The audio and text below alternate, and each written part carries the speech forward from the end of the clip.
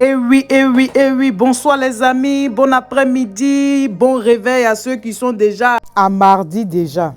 Donc, c'est-à-dire bonjour, bon après-midi, bonsoir, dépendamment de votre position, les amis.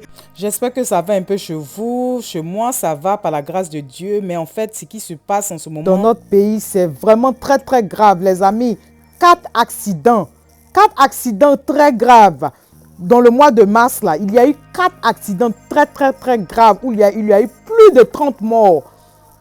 Plus de 30 morts. Ça veut dire ce qui s'était passé à Boisflé, la route de Boisflé, Yamsokro. Il y avait eu déjà près de combien de morts? Maintenant encore, la dernière fois, à Kesedougou, Wangolo, il y a eu encore des morts. Les amis, des morts, après des morts, après des morts, après des morts. Les amis, trop c'est trop. Je ne sais pas vraiment ce qui se passe. Là, je vais vous montrer encore l'autoroute du Nord. Aujourd'hui, lundi 5 avril, il y a eu un grave accident où le car a brûlé, les amis. Je vous montre quelques images et on va parler juste à la fin. Quittez là-bas, les rats, reculez.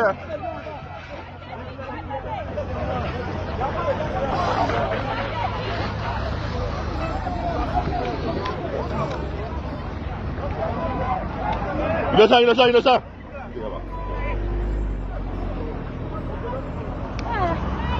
Quittez là-bas.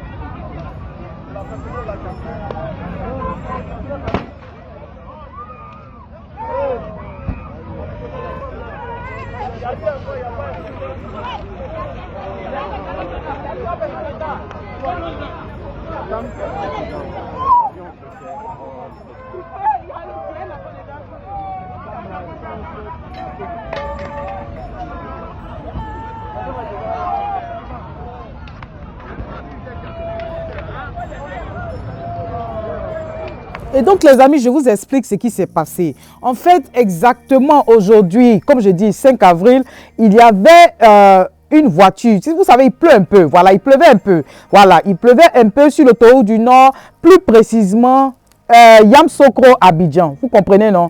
Voilà, c'est-à-dire autoroute du Nord, Yamsokro Abidjan. Et ce qui s'est passé, c'est qu'il y avait une petite voiture qui s'est permise de cogner, oui, le car. Cette voiture-là a cogné le car, les amis.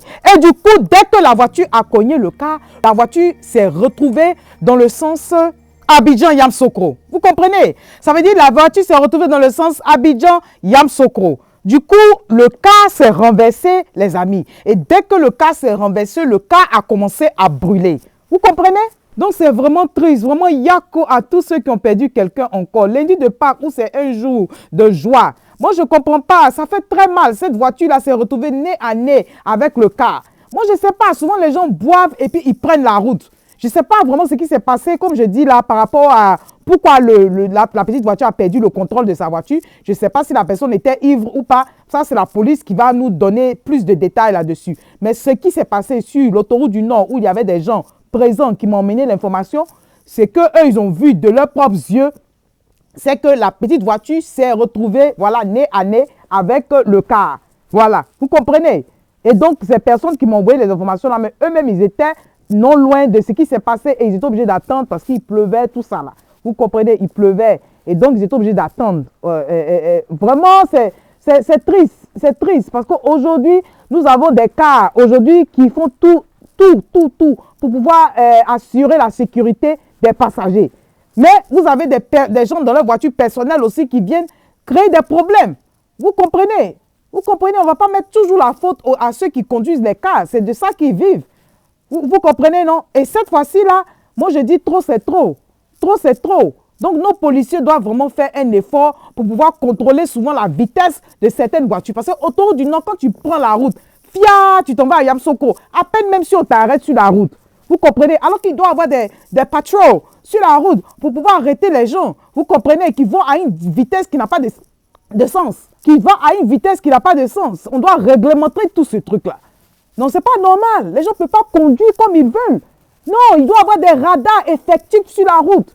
Ce n'est pas des radars où quand tu as retrouvé le policier, il va te dire, OK, donne-moi quelque chose et puis il faut partir. Non, c'est un radar où ça doit vraiment être automatique. Ça veut dire que tu payes vraiment la contravention automatiquement, sans que ça passe dans la poche du policier. Vous comprenez, il y a un véritable problème dans notre pays.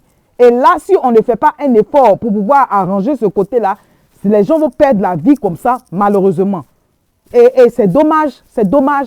Parce que souvent, ceux qui font ça, là, ce n'est pas eux-mêmes souvent qui perdent la vie, mais ils vont créer d'autres problèmes à d'autres personnes. Vous comprenez? Donc, il faut que quelque chose soit fait. On doit réglementer la vitesse sur la route. On doit mettre suffisamment de radars sur la route. Vous voyez? Voilà. Parce que franchement, ce n'est pas bon. Et aussi, cette histoire de sapeurs-pompiers. Les pompiers ne sont pas... Il n'y a pas suffisamment de pompiers dans notre pays. Il faut qu'il y ait beaucoup de stations. Voilà, c'est-à-dire que quand je dis beaucoup de stations dans chaque quartier, on doit s'arranger pour que chaque quartier, pourquoi pas, ait des pompiers.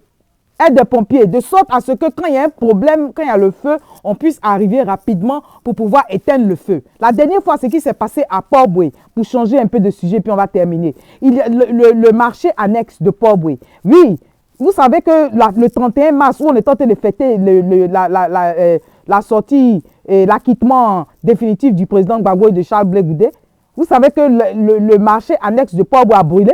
200 personnes qui ont perdu tout. Oui, 200 commerçants qui ont tout perdu. Vous comprenez? Et le temps que les pompiers arrivent, tout avait déjà brûlé. Il a fallu qu'ils appellent le 43e BIMAC pour venir les aider. Moi, je ne comprends pas. Ça veut dire souvent, même nos pompiers même arrivent, mais il n'y a pas suffisamment d'eau. Moi, je ne sais pas. C'est sur ça qu'on doit mettre l'accent. Vous comprenez? On peut faire les routes, certes, mais ça, là, c'est des choses très importantes à régler le plus tôt possible dans notre pays. Le plus tôt possible dans notre pays. Il y a trop de dégâts, il y a trop de failles.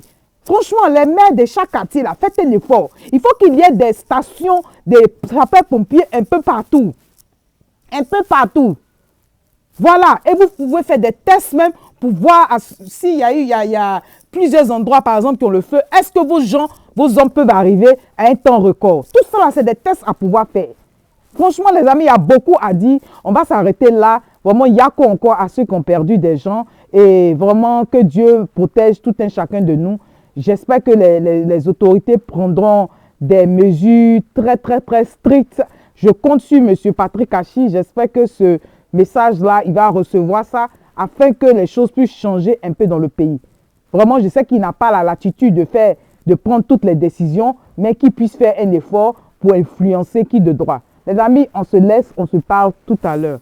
Et si tu es nouveau sur ma chaîne, tu passes par ici pour la première fois, je te dis bonne arrivée à Kwaba, que Dieu te bénisse. Je dis merci beaucoup aux anciens et que Dieu continue de vous bénir. À tout à l'heure les amis. Bye bye les amis, bye.